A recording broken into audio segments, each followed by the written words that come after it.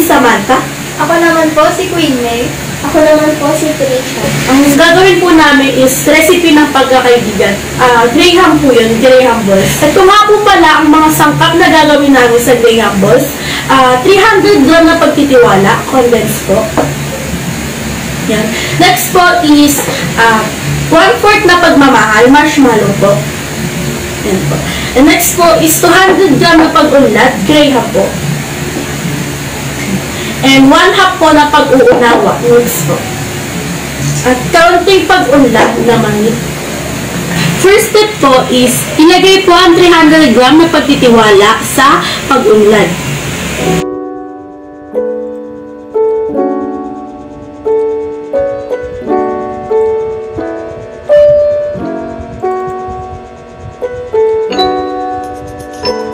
At pag ganito na po yung halo niya is, lagay na po natin ang pagtitiwala.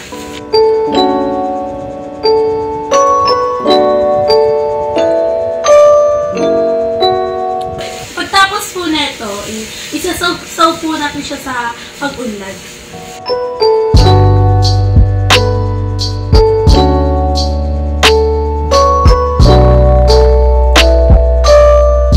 Guys, natapos na namin ang Graham balls. Ang next po pala ilalagay na namin sa preview.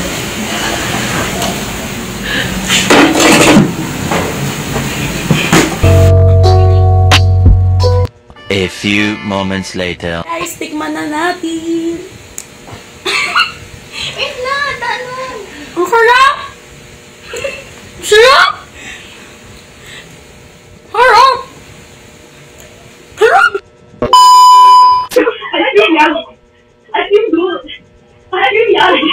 So, meron po kami 300 grams sa pagtitiwala. Ito po. Ay, ito pala. Ito nga po pala ang mga sampak na gagawin namin sa aming gagawin. Tutin mo ako. Natapos na namin. So, next nun is, lalagyan na namin siya. Wala ba tumatawa? Sino?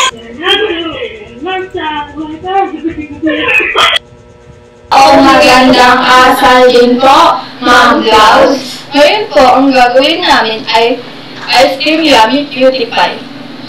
Ngayon po, ay handa na po namin ang mga ingredients sa aming gagawin na ice cream yummy cutie pie.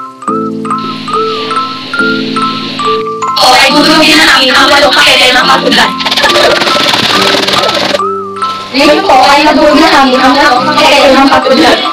Ngayon po, ay ilalagay na po namin at bumukan ang 2 pakete ng pagmamahal. Isang lata ng pagkihan. Ang huli po, isang lata ng matang na pagkakaibigan.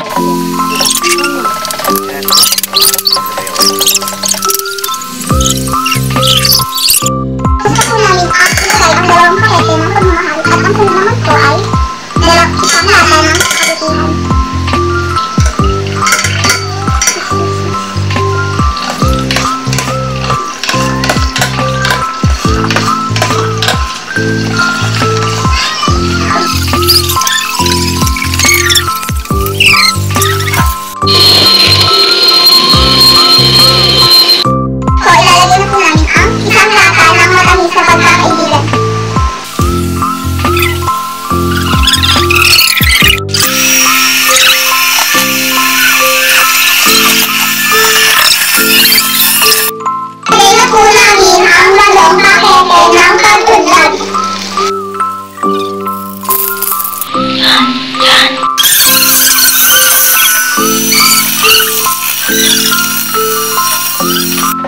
After po namin i-mix, lalagyan na po namin sa mga lalagyan.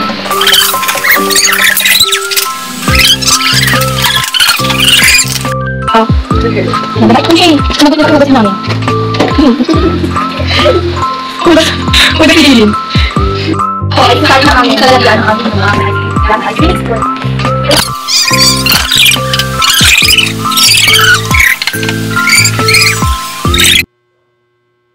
Tapos na po ang aming ice cream yummy cutie pie. Sa takbo.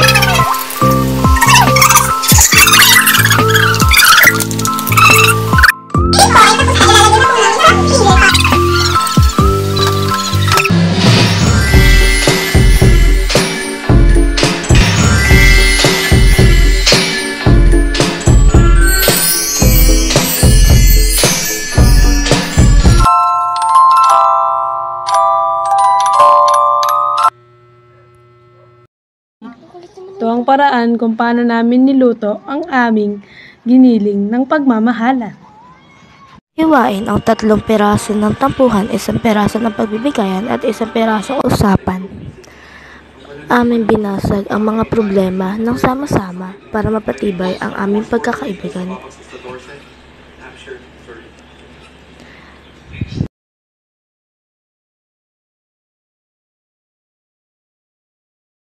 Pagkatapos namin basagin ang mga problema, ito naman ay aming hinalo-halo na may kasamang pagmamahal at aming inilagay isang lata ng kulitan at kasiyahan. At ito ay nilagay namin sa mainit na kawali para mapatibay ang aming pagsasama-sama. At ito ay niluto namin ng masaya. Ito ay hinalo ulit namin ng may bukal na puso at kasiyahan. Pagkatapos, ito ay nilagay namin sa plato na may kasiyahan at usapan. At ayun, ito ay naluto namin ng maganda at maayos at kumain kami ng sabay-sabay para mas mapalalim ang aming pagkasama-sama at pagkakaibigan.